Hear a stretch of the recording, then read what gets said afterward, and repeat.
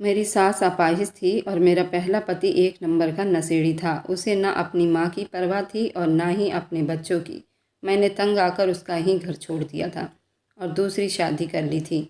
मेरा दूसरा पति बहुत ही अच्छा था, मुझे बहुत प्यार करता था। अपाहिज सास के बुलाने पर मैं चुपके से अपनी सास से मिलने गई तो उन्होंने मेरे पैर पकड़ लिए और कहा कि बहू, मैं मानती हूँ कि तेरे साथ गलत हुआ है, लेकिन तुम मेरे बेटे को अकेला मत छोड़ो, नहीं तो वो मर जाएगा। मैं ये घर तेरे नाम करती हूँ, लेकिन मेरे लिए तुझे एक काम करना पड़ेगा। तुझे मेरे बेटे को भी अपने साथ रखना पड़ेगा। हाँ, तुम अपने दूसरे पति के साथ मत रखो, मुझे कोई एतराज़ नहीं, लेकिन यहाँ इस घर में आकर कभी कभार उसका हाल चाल ले जाया करना। सारी गलती मेरे बेटे की है, तुम्हारी कोई गलती नहीं। तुम तो एक बहुत ही मेहनती लड़की हो और तुमने अपने मेहनत से ये सब खड़ा किया है। मेरी सास मरते मरते अपने मकान का कागज़ मेरे नाम कर गई, लेकिन उस मकान के कागज़ का क्या फ़ायदा था? वह तो पहले ही कर्ज में था। उसके ऊपर न जाने मेरे पति ने कितना कर्जा लिया हुआ था और उसी से शराब पीता था। मेरे साथ हमेशा जानवरों की तरह सलूक करता था। उसके अंदर इंसानियत नाम की कोई चीज़ जिंदा नहीं थी। मुझे अपनी सास पर बहुत दया आ रहा था, क्योंकि वह एक टांग से अपाहिज थी और वह मेरा बहुत साथ देती थी, लेकिन मेरी सास से मेरी ज़िंदगी थोड़ी चलती। उसके नालायक बेटे से मैं तंग आकर दूसरी शादी की थी। मैं अपने दूसरे पति को धोखा नहीं दे सकती थी, वो बहुत ही अच्छा इंसान था।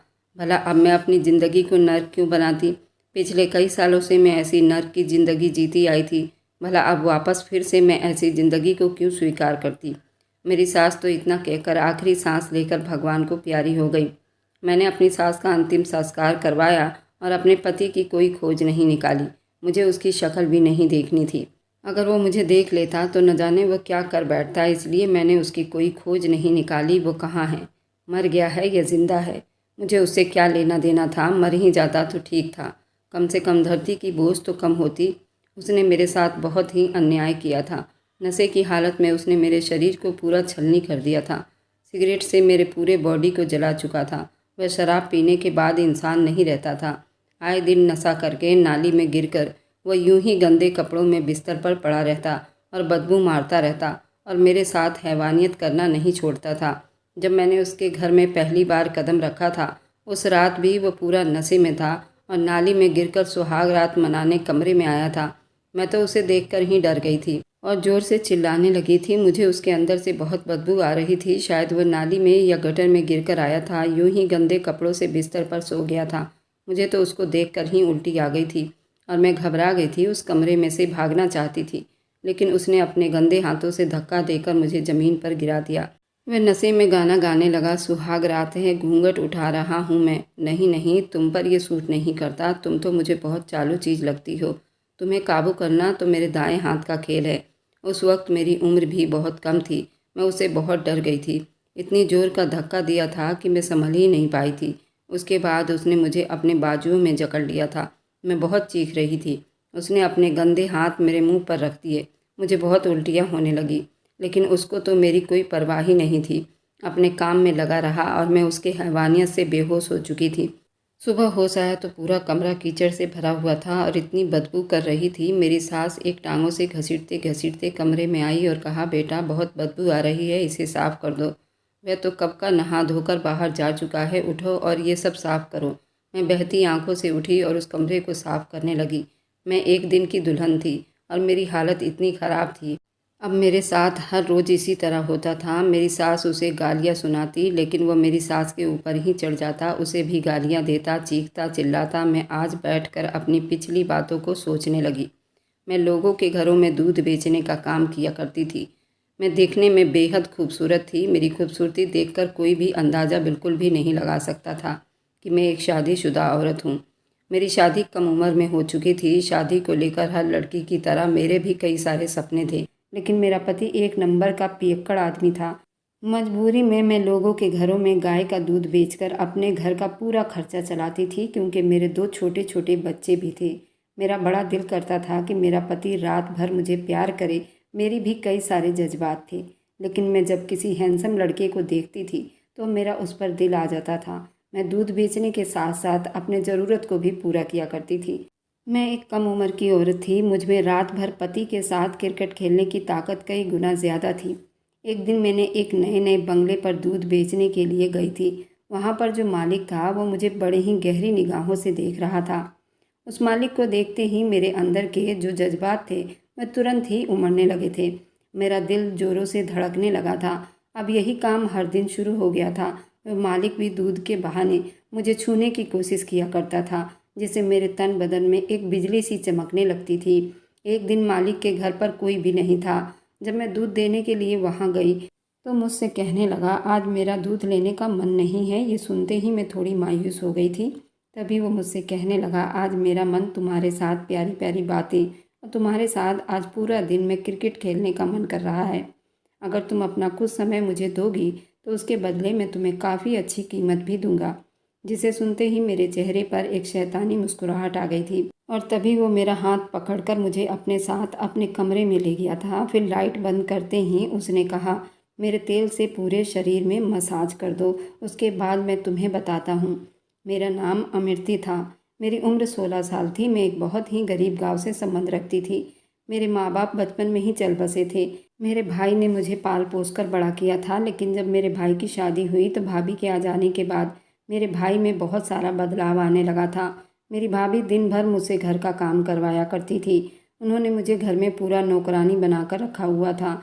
मैं जब भी अपने भाई से कुछ पैसे मांगती तो वो भाई को मुंह बनाकर कह देती, इसे पैसे देने की कोई ज़रूरत नहीं, लड़की जात है, बिगड़ जाएगी। उसको पैसे दिए तो मुझसे बुरा कोई नहीं होगा। यही आगे चलकर और ज़्यादा चीज़ों की डिमांड करने लग जाएगी, जो कि बिल्कुल भी सही बात नहीं है। कल को उसकी भी शादी होगी, दूसरों के घर जाएगी, तब यही सब करती रहेगी।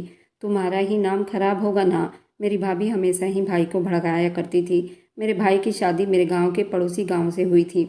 धीरे धीरे मेरा भाई भी अपनी पत्नी की बातों में आकर मेरे साथ बहुत ही बुरा बर्ताव करता था। मैं मन ही मन में बहुत ज़्यादा दुखी हो जाया करती थी।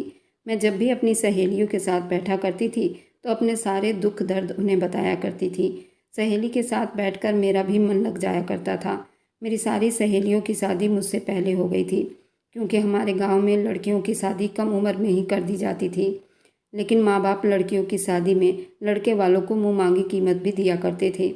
सहेलियों की शादी होते देख मेरे भी कई सारे अरमान जागे थे। मेरा भी मन था कि मेरी शादी एक ऐसे आदमी से हो जो मुझे बहुत ज़्यादा प्यार करे। मेरी सहेलियाँ भी मुझे सुहागरात की रातों के बारे में बताया करती थी, जिसे सुनकर मेरे भी जज्बात बहकते थे। मैं कम उम्र की थी, इसलिए मुझे सुहागरात के बारे में बिल्कुल भी नॉलेज नहीं थी।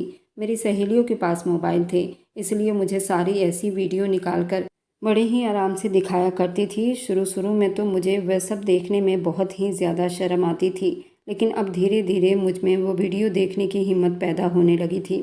मैं अब हर दिन वह वीडियो देखा करती थी और यही सोचती भी थी कि मैं इसी तरह अपने पति के साथ शादी के रात प्यार लुटाया करूँगी। मैं उन वीडियो में हर तरह के प्यार करने का तरीका होता था। अब मैं दिन रात यही सोचा करती थी कि जब मेरी भी शादी होगी तो मैं खूब मज़े किया करूँगी। इसी तरह मैं अपनी ज़िंदगी काट रही थी। घर के कामकाज करके मैं शाम को अपने सहेलियों के साथ बैठकर बातें किया करती थी। अक्सर मुझे अपने पति के साथ सुहागरात के बारे में वह बताया करती थी। मैं भी उनकी बातों को सुनकर बड़े ही मज़े लिया करती थी। धीरे धीरे अब मेरी भी शादी की उम्र हो चुकी थी। इसी वजह से भाई ने कहा कि वह मेरे लिए रिश्ता ढूंढ रहे हैं, जिसे सुनते ही भाभी जल्दी खड़ी हुई थी। वह कहने लगी, कोई ज़रूरत नहीं तुम्हें। जब भाई भाभी की तरफ देखा तो वह डर कर सहम कर कहने लगा, मेरा मतलब कि मैं खुद अपनी नंद के लिए अच्छा रिश्ता ढूंढूंगी। ये सुनते ही मेरे चेहरे पर एक मुस्कुराहट आई थी। मैंने सोचा, चलो आज कहीं ना कहीं भाभी के दिल में मेरे लिए ये मोहब्बत जाग उठी है, क्योंकि वह भी एक औरत हैं और वो मेरी शादी भी एक अच्छे घर में करेंगी। यही सोचते सोचते अब कुछ दिन बीत चुके थे। तभी भाभी एक दिन हमें कहने लगी, इमरती का एक लड़के से रिश्ता पक्का कर दिया है। जब मैंने ये बात सुनी तो भाभी से कहा, भाभी आपने तो उस लड़के को मुझसे मिलवाया ही नहीं। तब भाभी कहने लगी, ये कोई बात हुई? जो लड़कियां शादी से पहले ही लड़कों से मिला करती हैं उनकी शादियां अच्छी नहीं चलती। लेकिन भाभी उस लड़के को मेरे भाई से तो मिलवा देती। वैसे मेरी भाभी बड़ी ही चालाक औरत थी। उन्हें पता था कि मेरी शादी में उन्हें लड़के वालों की डिमांड के अनुसार दहेज देना पड़ेगा। उन्होंने बड़े ही चालाकी से मेरे भाई से कहा। उन्होंने मेरा रिश्ता एक बहुत ही अच्छे घराने के लड़के से करवाया है और खुशी की बात तो ये है कि उस लड़के के परिवार वालों ने शादी में कोई भी डिमांड नहीं रखी है, यानी कि हमारा कोई खर्च नहीं होगा। जिसे सुनकर भाई कहने लगे, ये तो बहुत ही अच्छी बात है। मुझे मेरी पत्नी पर पूरा विश्वास है, वो मेरी बहन के लिए ठीक ही चुनेगी। मैंने भी सोच लिया, चलो अच्छी बात है, भाई के ऊपर ज़्यादा खर्चा नहीं आएगा। इसी तरह कुछ दिन बीत चुके थे। भाभी अचानक से कहने लगी, मेरी शादी 1 हफ्ते के बाद होने वाली थी। उन्हीं हफ्तों में अपनी शादी के लिए मैं बड़ी बेकरार थी। मेरी सहेलियाँ भी मुझे शादी के रात की पूरी ट्रेनिंग पहले से ही दे चुकी थी, ताकि मुझे कोई भी परेशानी ना हो। इसी तरह दिन बीतने लगे थे। मेरी शादी के दिन बहुत नज़दीक आ रहे थे और मैंने अभी तक दूल्हे को भी नहीं देखा था। भाभी ने चुपचाप मुझे सोफे पर ले जाकर बिठा दिया। मैं बड़ी बेताब हो रही थी। अब आने वाली ज़िंदगी के बारे में सोच रही थी। जब मेरा खुद का घर होगा, मेरा खुद का परिवार होगा, मुझे अपने भाई भाभी के घर नौकरानी बनकर बिल्कुल भी नहीं रहना पड़ेगा। लेकिन मैं शायद गलत थी। कभी कभी हम जो सोचते हैं हमें वैसा बिल्कुल भी नहीं मिलता, क्योंकि किस्मत में हमारे क्या लिखा होता है ये हमें बिल्कुल भी नहीं पता होता। बड़ी ही सादगी के साथ उस रात मेरी शादी हो चुकी थी। मैं शादी करके अपने पति के साथ ससुराल चली गई थी। जब मैं घर के अंदर दाखिल हुई तो एक बहुत ही पुराना सा घर था, जहाँ पर दीवारों पर भी बिल्कुल भी पेंट नहीं किया गया था। मैंने सोचा कि शादी वाला घर है, कम से कम लड़के वालों को अपने घर की मरम्मत तो करवा लेनी चाहिए थी। लेकिन मैंने उस बात को ज़्यादा गौर न किया। जैसे मैं घर के अंदर दाखिल हुई, घर का माहौल भी बहुत ज़्यादा अलग लग रहा था, बल्कि हमारे घर से भी ये घर बहुत ही ज़्यादा छोटा था। घर में मेरी सास और मेरे पति ही अकेले रहा करते थे। मेरी सास थोड़ी बूढ़ी थी, दोनों पैरों से अपाहिज थी। इसी वजह से कुछ रस्में करने के बाद वह अपने कमरे में चली गई थी। लेकिन जैसे ही मेरे पति ने मुझे मेरे कमरे तक पहुंचाया, कमरे की हालत देखकर मैं तो थोड़ा परेशान हो चुकी थी, क्योंकि घर ऐसा था जैसे मानो सदियों से बिखरा पड़ा हो, क्योंकि बिल्कुल भी यहाँ सफाई नाम की कोई चीज़ दिखाई नहीं दे रही थी। मेरे पति ने मुझे कमरे में भेजकर कहा कि मैं कुछ देर के बाद वापस आता हूँ, तुम बैठकर यहाँ आराम करो। अब मैं बिस्तर पर बैठकर बड़ी बेताबी से अपने पति का इंतज़ार कर रही थी।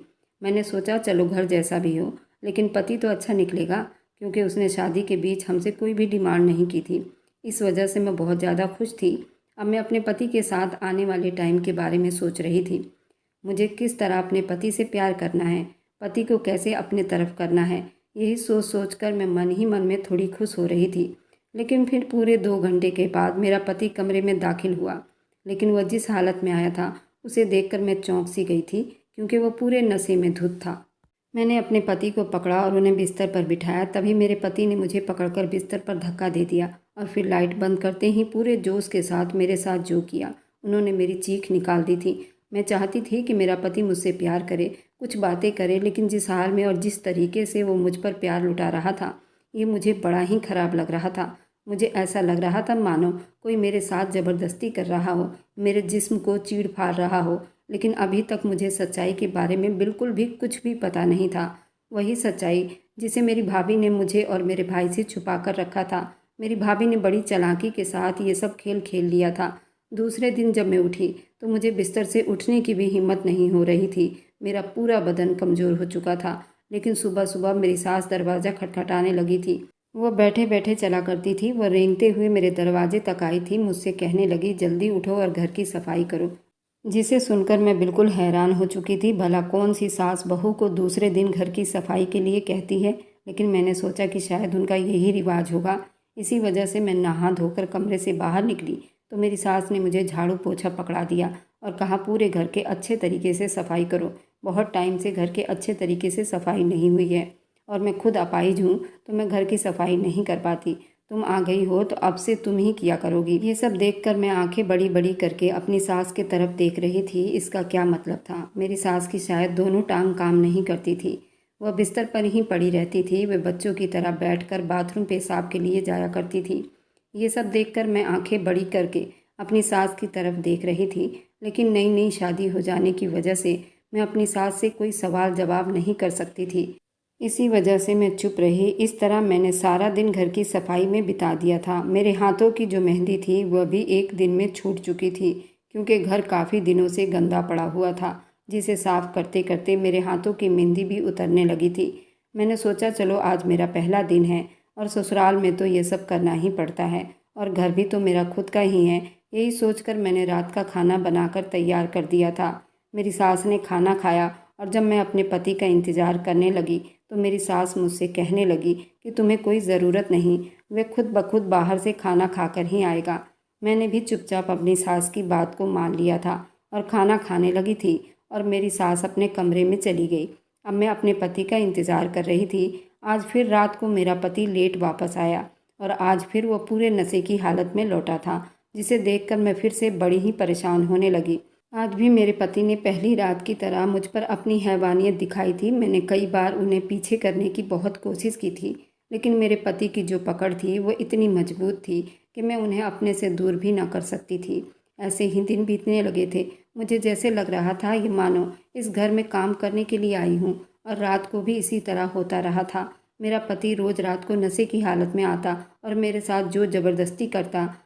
धीरे धीरे मुझे सच समझ में आने लगा था कि मेरी भाभी ने मेरे साथ बहुत गलत किया है। उन्होंने मेरी ज़िंदगी खराब कर दी है। उन्होंने ही मेरी शादी शराबी के साथ करवा दी, जिसके बदले में ससुराल वालों ने कोई डिमांड नहीं रखी थी।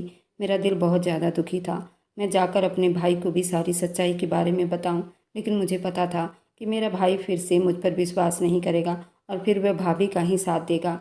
इसी वजह से मैंने उसे अपनी किस्मत समझकर आगे की ज़िंदगी बिताने लगी थी। मन ही मन में बहुत दुखी थी, लेकिन मैं किसी से कुछ कह भी नहीं सकती थी। घर के हालात भी खराब होते जा रहे थे, क्योंकि मेरा पति एक दिन पैसा कमाता तो 3 दिन बैठकर जुआ शराब इसी सब में उड़ा देता था। मैं पढ़ी लिखी भी ज़्यादा नहीं थी, कहीं नौकरी भी कर सकूं। मेरी सास ने कहा कि तुमको ही अपना हाथ पैर चलाना पड़ेगा। मेरी सास के मायके से उनको 2 गायें मिली थी। गाय का सारा काम पहले तो मेरा पति किया करता था, लेकिन जब मैं आ गई तो मेरी सास ने मेरे सर पर सौंप दिया। पहले उसका बेटा ये सब किया करता था, दूध बेचा करता था और मेरी सास को थोड़े बहुत पैसे दिया करता था, जिसे वह अपने घर का सारा खर्चा चलाया करती थी। जब मैं उस घर में गई तो मेरा पति भी घर का सारा काम छोड़कर बाहर थोड़ा बहुत कमाता। मैंने भी धीरे धीरे गाय का दूध बेचना शुरू कर दिया था। मैं दूध बेचने के लिए लोगों के घरों में जाया करती थी। धीरे धीरे मेरी हालत ठीक होनी शुरू हो चुकी थी, लेकिन मेरा पति कभी कभी उन पैसों को भी ज़बरदस्ती मुझसे छीनकर शराब पीने के लिए चला जाया करता था। मैं अपनी किस्मत को बहुत ही कोसती रहती थी। भगवान ने आखिर मुझे किस जुर्म की सज़ा दी है। तभी मुझे एक दिन पता चला कि मैं माँ बनने वाली हूँ। माँ बनने की खुशी में मुझे अपनी ज़िंदगी में एक रोशनी की किरण दिखाई दी थी।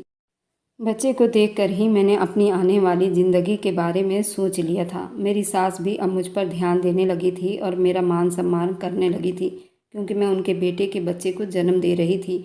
बच्चे की खुशी में उसने मेरे साथ अच्छा व्यवहार करना शुरू कर दिया। वह घर के काम काज में भी मेरी थोड़ी बहुत मदद करती थी। मैं जैसे रोटियां बना दिया करती थी, बैठे बैठे मसाला पीस दिया करती थी। जो बैठने का काम था वह सारा कर देती थी। मेरी सास ने मुझे समझाया, इस हालत में तुम्हें मेरे कमरे में सोना पड़ेगा। मेरी सास को डर था कहीं उनका बेटा मेरे साथ कुछ गलत ना कर दे। इसी वजह से मुझे अपने साथ अपने कमरे में सुलाने लगी थी। इसी तरह मैं भी अपनी ज़िंदगी बिता रही थी। अब मैं आने वाली ज़िंदगी के बारे में सोचने लगी थी कि मेरे छोटे छोटे बच्चे होंगे और मुझे माँ कहकर बुलाएंगे। पति का तो प्यार इस जन्म में मुझे मिला ही नहीं, और न ही मुझे मेरे माँ बाप का प्यार मिला। कम से कम मेरे खुद के बच्चे होंगे, वो मुझसे बहुत प्यार करेंगे। यही सोचकर मैं बहुत ही खुश थी। फिर पूरे 9 महीने के बाद मैंने 2 जुड़वा बच्चों को जन्म दिया था। कुछ दिन तो मैं बिस्तर पर ही आराम करती रही, क्योंकि बच्चे हो जाने की वजह से मुझ में बहुत कमजोरी आ चुकी थी। लेकिन अब धीरे धीरे घर की समस्याएं भी फिर से ख़राब होने लगी थी, क्योंकि मेरा पति तो कोई काम बिल्कुल भी नहीं करता था। उसे बिल्कुल भी मेरे बच्चों की कोई भी फिक्र नहीं थी। मेरी सास ही थी जो मेरे बच्चों की देखभाल किया करती थी। फिर 1 महीने के बाद मैंने फिर से दूध बेचने का काम शुरू कर दिया था। 1 महीना दूध ना बेचने की वजह से जो मुझसे दूध पहले खरीदा करते थे, उन्होंने किसी और से दूध लेना शुरू कर दिया था। इसी वजह से अब मुझे दूध बेचने में थोड़ी परेशानी होने लगी थी। मैं जब शाम को अपने बच्चों के पास जाती तो वो भूख से चिल्लाते रोते रहते, जिसे देखकर मुझे काफ़ी दर्द भी होता था। मैं मन ही मन बहुत दुखी होती थी। मैं कम से कम अपने बच्चों के लिए भी कुछ नहीं कर पा रही हूँ। मेरी सास मुझे बहुत ही हिम्मत दिया करती थी। वो मुझे हमेशा यही कहती थी कि तुम बहुत ही बहादुर लड़की हो, तुम बिल्कुल भी हार मत मानो। देखो, कहीं दूसरी जगह पर जाकर दूध बेचा करो, शायद वहाँ किसी को ज़रूरत हो। यही सोचकर मैं दूसरी जगह पर जाकर लोगों के घरों में दूध बेचना शुरू कर दिया था। कुछ दिन तो मुझे थोड़ी परेशानी हुई, लेकिन बाद में धीरे धीरे मेरे दूध की बिक्री ज़्यादा होने लगी थी। दूध के बदले मुझे काफ़ी अच्छी कीमत भी दिया करते थे, जिससे मेरे घर की समस्याएं बहुत ठीक होने लगी थी। एक दिन जहाँ मैं दूध बेचने के लिए जाया करती थी, वहाँ एक औरत थी जिससे मेरी मुलाकात हुई थी। वह औरत मुझसे कहने लगी, तुम्हारा दूध बाकी दूधों के हिसाब से काफ़ी फ्रेश होता है। तुम एक काम करना, यहाँ से कुछ दूर एक बहुत बड़ा बंगला है, तुम वहाँ पर भी रोज़ दूध देकर आना। वहाँ पर तुम्हें काफ़ी अच्छी कीमत भी मिलेगी। जिसे सुनते ही मैं अंदर अंदर बहुत ही खुशी जताई थी। मैं बहुत ईमानदार लड़की थी। मैंने कभी भी दूध में मिलावट नहीं की थी। इसी वजह से लोग मुझसे दूध बार बार खरीदा करते थे। दूसरे दिन उस औरत के कहने के हिसाब से मैं उस बंगले में पहुंच चुकी थी। वह बंगला आगे से काफ़ी ज़्यादा खूबसूरत भी था और बहुत दूर भी था। चलते चलते मेरे पैरों में सूजन आने लगी थी। वह घर बाकी घरों के हिसाब से काफ़ी अलग था। जब मैं उस बंगले के दरवाजे को खटखटाया तो सामने एक बहुत ही हैंडसम सा आदमी आकर खड़ा हो चुका था। उसे देखकर मैं थोड़ी हड़बड़ा सी गई। वो मुझे देखकर घूर घूर कर कहने लगा, आप कौन हैं? मैंने कहा, जी मुझे यहाँ पर बताया गया था कि आपको यहाँ पर फ्रेश दूध की ज़रूरत है। उस आदमी ने कुछ देर मुझे ऊपर से लेकर नीचे तक निहारा और फिर मुझसे कहने लगा, तुम कहीं दूध में मिलावट तो नहीं करती? मैंने कहा कि नहीं नहीं, आप एक बार इस दूध को खरीद कर देख लीजिए। जब आप इसे खरीदेंगे तब आपको खुद पता चल जाएगा। फिर उस आदमी ने कुछ देर सोचने के बाद मुझसे कहा कि ठीक है, तुम रोज़ मुझे 3 लीटर दूध दे जाया करो। दूध देने के बाद मैं वापस अपने घर आ चुकी थी। अब मैं बहुत ही खुश थी क्योंकि मुझे एक और जगह पर दूध बेचने का काम मिल चुका था। अब मैं रोज़ इसी तरह दिन रात मेहनत किया करती थी। रात को जब मैं घर आती तो अपने बच्चों के साथ वक्त बिताया करती थी। धीरे धीरे मैं अपने बच्चों की ज़रूरत को भी पूरा करने लगी थी। मेरी ज़िंदगी में मुश्किलें कम नहीं हो रही थी। अभी भी बहुत सारी परेशानियां आनी बाकी थी। एक दिन मैं उस आदमी के घर दूध बेचने के लिए गई थी। जब उसने दरवाज़ा खोला तो उसके कुछ देर बाद ही अंदर से बहुत तेज़ तेज़ बच्चे की रोने की आवाज़ आ रही थी।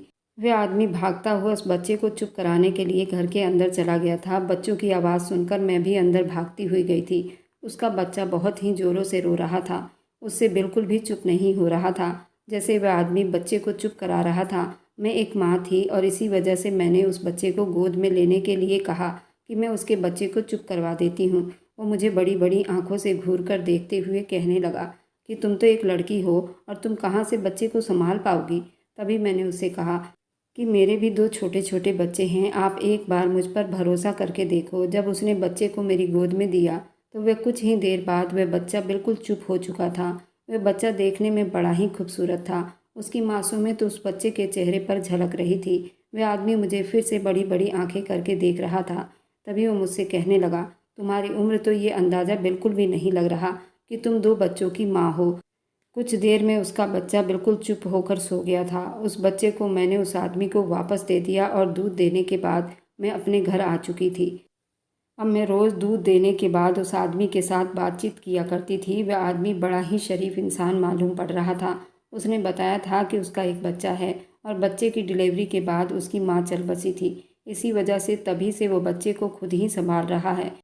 उसे बहुत वक्त लगती है इस बच्चे को संभालने में। मैंने कहा, तो आप चाहे तो किसी अच्छी लड़की को देखकर शादी भी कर सकते हैं। तभी उन्होंने कहा कि नहीं, कोई दूसरी औरत दूसरे बच्चे को माँ जैसा बिल्कुल प्यार नहीं दे सकती है। तभी उस आदमी ने मेरे बच्चे के बारे में पूछा था। मैंने भी उसे अपनी कहानी बता दी थी। वह आदमी काफ़ी अच्छा दिल का इंसान मालूम पड़ रहा था। अब मैं रोज़ उसके घर दूध बेचा करती थी और उस बच्चे के साथ थोड़ा वक्त बिता लिया करती थी। उसका बच्चा भी मेरे साथ काफ़ी अच्छे से घुल मिल गया था। अब मैं इसी तरह अपनी ज़िंदगी बिता रही थी। मेरा पति तो दिन रात नशे की हालत में रहता था। उसे तो मेरे और मेरे बच्चे की बिल्कुल भी कोई परवाह नहीं थी, बल्कि उसे तो अपनी खुद की सगी माँ की कोई परवाह नहीं थी। मेरी सास बल्कि अपाहिज थी और बहुत ही बूढ़ी होती जा रही थी। अब मेरे बच्चे थोड़े बड़े होते जा रहे थे। धीरे धीरे बच्चों को संभालना मेरे लिए भी थोड़ा मुश्किल होता जा रहा था। फिर एक दिन मेरा बच्चा बहुत तेज़ बीमार हो चुका था। डॉक्टर ने मुझे कहा कि दोनों बच्चे जुड़वा हो जाने की वजह से दोनों को ही अस्पताल में एडमिट करना पड़ेगा, क्योंकि बच्चों को निमोनिया हो चुका था। उसके लिए काफ़ी सारे पैसों की ज़रूरत पड़ेगी। मेरे पास इतने सारे पैसे तो बिल्कुल भी नहीं थे। मैं भागती हुई घर आकर अपने पति से भीख मांगने लगी थी, लेकिन वह तो मुझे धक्का देकर घर से बाहर जा चुका था। अब मेरे पास कोई रास्ता नहीं था। मैं जिन जिन घरों में दूध बेचा करती थी, मैं वहाँ जाकर भीख मांगने लगी थी, लेकिन इतनी बड़ी रकम के लिए कोई भी मेरी मदद करने को तैयार नहीं था। मेरे पास सिर्फ अब एक ही घर बचा था। मैं भागती उस आदमी के घर पहुंची थी। वो मुझे इतना हड़बड़ाया हुआ देखकर वह आदमी मुझसे कहने लगा, क्या हुआ इमरती? मैंने जल्दी उसके आगे हाथ जोड़ दिए कि मुझे अभी कुछ पैसों की अर्जेंट बहुत ज़रूरत है। मेरे दोनों बच्चे बीमार हैं और उन्हें जल्द से जल्द अस्पताल में एडमिट करवाना पड़ेगा। मेरे बच्चों के अलावा मेरा इस दुनिया में कोई भी नहीं है। मेरा पति भी पूरा निकम्मा है। वो मेरी मदद बिल्कुल भी नहीं करना चाहता। उसे तो न मेरी न मेरे बच्चे की बिल्कुल भी कोई परवाह नहीं। कुछ देर तो वह आदमी सोचने लगा, फिर उसके बाद उसने मुझे एक ऐसी बात कही जिसे सुनकर मेरे पूरे शरीर में सनसनी दौड़ चुकी थी। वह आदमी मुझसे कहने लगा, आज मैं दूध तुमसे बिल्कुल भी नहीं लूँगा। मैंने कहा, आप ये सब बातें क्यों कर रहे हैं? तभी वह कहने लगा, क्योंकि मैं चाहता हूँ कि तुम मुझसे शादी कर लो। जिसे सुनकर मैं पूरा हिल चुकी थी। वह कहने लगा, मेरा इनमें बिल्कुल भी कोई गलत इरादा नहीं। देखो, मेरी पत्नी इस दुनिया में नहीं है और मुझे भी अपने बच्चों के लिए एक माँ की ज़रूरत है। तुमने मेरे बच्चे को एक माँ जैसा प्यार दिया और मेरा बच्चा भी तुम्हारे साथ काफ़ी अच्छे तरीके से घुल मिल चुका है और तुम मुझे अच्छी भी लगती हो। इसी वजह से मैं तुमसे शादी करना चाहता हूँ। तभी मैं कुछ देर चुप रही। वो बड़ी बड़ी आंखें करके मुझे देख रहा था। तभी वो मुझसे कहने लगा, तुम अपने पति की भी बिल्कुल फिक्र मत करो। वैसे उसे मैं कुछ पैसे देकर उससे तुम्हें डिवोर्स दिलवा दूंगा ताकि तुम आराम से मुझसे शादी कर सकती हो। देखो, इसमें तुम्हारी भी भलाई है, क्योंकि तुम्हें भी पता है तुम्हारा पति कभी भी तुम्हारे आने वाले टाइम में तुम्हारे बच्चों के साथ बिल्कुल भी खड़ा नहीं रहेगा। वह तो एक शराबी इंसान है और एक शराबी इंसान के साथ ज़िंदगी क्या ही होती है वह तुम अच्छे तरीके से जानती हो। और तुम कब तक ऐसे धक्के खाती रहोगी? मैं चुपचाप उस आदमी की सारी बातें सुनती रही। वह आदमी जो बातें कर रहा था वह एक हिसाब से बहुत ही सही कह रहा था। मैंने जब से शादी की है मैंने तब से ही कई सारे दुख खुद ही झेले हैं। मेरे पति ने कभी भी मेरा साथ नहीं दिया। उसने कभी भी मेरी ज़रूरत को नहीं समझा। अगर आज मैं उस आदमी की बात नहीं सुनती, ये तो मेरे बच्चे की ज़िंदगी का सवाल है। मुझे अपने बच्चे के लिए उस आदमी के साथ शादी करनी ही पड़ेगी। तभी मैंने उस आदमी की बात को मान ली। फिर उस आदमी ने मेरे कहने के हिसाब से मुझे 2 लाख रुपए दिए थे जब मैंने अपने बच्चे को अस्पताल में एडमिट करवाया था। कुछ दिन मेरे बच्चों का इलाज चलता रहा। उसके बाद मेरे बच्चे बिल्कुल सेहतमंद हो चुके थे। मैंने वापस बच्चों को अपने घर ले आई थी। अब कुछ दिन के बाद वह आदमी मेरे घर पहुंचा। उसने मेरे पति को 1 लाख रुपए दिए। उसके बदले में मेरे पति ने मुझे डिवोर्स देने की डिमांड की थी। उसने एक बार भी मेरे बारे में बिल्कुल भी नहीं सोचा था। चुपचाप डिवोर्स के पेपर पर साइन कर दिए थे। उस आदमी के साथ कोर्ट में जाकर शादी कर ली थी। फिर उसके बाद मैं उसके घर आकर रहने लगी थी। मेरी सास ये सदमा बिल्कुल भी बर्दाश्त नहीं कर पाई थी और वह अपनी ज़िंदगी से हार गई थी। वह इस दुनिया से चली गई थी। यहाँ आने के बाद कुछ दिन तो यहाँ मुझे बहुत ही अजीब सा लग रहा था, लेकिन धीरे धीरे उस आदमी का मेरे बच्चों के लिए जो मोहब्बत थी उसे देखकर मैं पूरी पिघल चुकी थी। वह आदमी सच में अच्छा इंसान था। वो मेरे बच्चों को भी बिल्कुल फ़र्क नहीं करता था। उसने मेरे बच्चे को भी अपने बच्चों की तरह ही प्यार दिया था। जब भी वह शाम को घर वापस आता तो अपने बच्चों के साथ साथ मेरे बच्चों के लिए भी खिलौने लेकर आता था। अब धीरे धीरे मुझे भी उस आदमी से मोहब्बत होने लगी थी। शादी के हो जाने के बाद हमने एक बार भी एक दूसरे के करीब नहीं आए थे। ना ही मेरी इस आदमी के साथ सुहागरात हुई थी, क्योंकि मेरे पति ने मुझे कहा था कि जब तुम चाहोगी तभी मैं तुम्हारे करीब आऊँगा। इसी वजह से मैं शाम को अपने पति के आने से पहले पूरे घर को अच्छे तरीके से सजा लिया था। जब मेरा पति घर के अंदर दाखिल हुआ तो वो मुझे देखकर हैरान हो चुका था। मैंने सारे बच्चे को दूसरे रूम में सुला दिया था। मैंने अपने पति का हाथ पकड़कर उसे अपने साथ कमरे में ले गई थी। वह कमरे में आकर बड़ी बड़ी आंखें करके मुझे देख रहा था। उसके चेहरे पर हल्की सी स्माइल थी। मैंने उसका हाथ पकड़कर उसे कहा कि जब से तुम मेरी ज़िंदगी में आई हो तब से मेरी दुनिया बदल चुकी है। मेरे बच्चों की भविष्य संवर गई है। मेरे बच्चों को एक अच्छा बाप मिल चुका है। अगर तुम मेरी ज़िंदगी में ना आते तो शायद अभी भी मैं अपनी ज़िंदगी में परेशानियां ही झेल रही होती। उसके आगे मैं उससे कुछ कहने ही वाली थी। तभी मेरे पति ने मुझे चुप करवाते हुए कहा, जो वक्त बीत चुका है उसे छोड़ दो और जो वक्त है उसे अच्छे से एंजॉय करो। फिर हम दोनों ने एक दूसरे को गले लगाया। फिर हमने एक दूसरे पर खूब प्यार लुटाया। आज मेरी जन्मों की प्यास बुझ चुकी थी, क्योंकि मैं इसी तरह की प्यार की भूखी थी। जो मेरी शादी को लेकर सपने थे वे आज पूरे हुए थे। आज मुझे लग रहा था जैसे मेरा पति मुझ पर वो प्यार लुटा रहा है जिसकी मुझे उम्मीद थी। मैं अपनी ज़िंदगी में बहुत ही ज़्यादा खुश थी। मेरी शादी को 1 साल बीत गया था। मेरे पति ने मुझसे एक बच्चे की इच्छा की थी। उन्होंने कहा कि 2 बेटे तुम्हारे हैं और एक बेटा मेरा है। मैं चाहता हूँ कि हम दोनों की एक बेटियाँ हों जो इन तीनों भाइयों को राखी बांधे। मुझे उनकी बात बहुत अच्छी लगी। उस दिन से हम दोनों ने एक और बच्चे के लिए कोशिश करनी शुरू कर दी।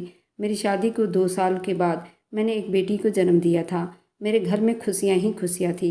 आज मेरी बेटी श्रेया का नामकरण था। मैंने उसमें अपने पति से बात करके अपने भाई भाभी को बुलाने की इच्छा की थी। मेरा पति तुरंत मान गया था और उनको भी इनविटेशन दे चुके थे। जब भाभी मेरे घर आई तो उनके साथ ना ही कोई बच्चा था और वे अब बहुत ही ज़्यादा बदसूरत दिखाई दे रही थी। मैंने उनकी वजह पूछी तो कहने लगी, मैंने बच्चे के लिए बहुत इलाज करवाया और मैं बच्चे के लिए दवाई खा रही हूँ जिसकी वजह से मुझे ये साइड इफ़ेक्ट हो रहा है और मेरी ऐसी हालत हो गई है। मैंने मन ही मन में कहा, भाभी ये सब तुम्हारे कर्मों की सज़ा है। आज मेरी भाभी मुझसे नज़रें नहीं मिला पा रही थी क्योंकि मेरे भाई को सारी हकीकत पता चल गई थी। मेरा भाई मुझे बता रहा था, तुम्हारा पहला पति किसी मंदिर के सामने बैठा भीख मांग रहा था। मेरी नज़र जब उस पर पड़ी तो मैंने तुम्हारे बारे में उससे पूछा तो उसने सब कुछ मुझे बता दिया। मेरे भाई ने मुझे बहुत सराहा और कहा कि तुमने जो भी फैसला लिया है बहुत अच्छा लिया है। मेरे दूसरे पति से उनकी बहुत अच्छी बातचीत हुई। अब भाई हमारे घर राखी पर आता था, मैं उसे राखी बांधती थी। मेरे तीनों बेटे मेरी बेटी से बहुत प्यार करते। मैंने कभी अपने तीनों बेटों में कोई फ़र्क नहीं किया और ना ही उन्हें इस बात का पता है कि उनकी माँ अलग है या उनके पिता अलग हैं। मेरे तीनों बेटों को यही लगता है हमारे माता पिता यही हैं। हम दोनों ने यही वादा किया है, हम अपने तीनों बेटों को ये सच्चाई कभी नहीं बताएंगे। आप लोग बताइए, क्या मैंने करण से शादी करके गलत किया या ठीक? करण मेरे दूसरे पति का नाम था। और अगर मेरी कहानी पसंद आती है तो मेरे चैनल को लाइक और सब्सक्राइब करते जाएं।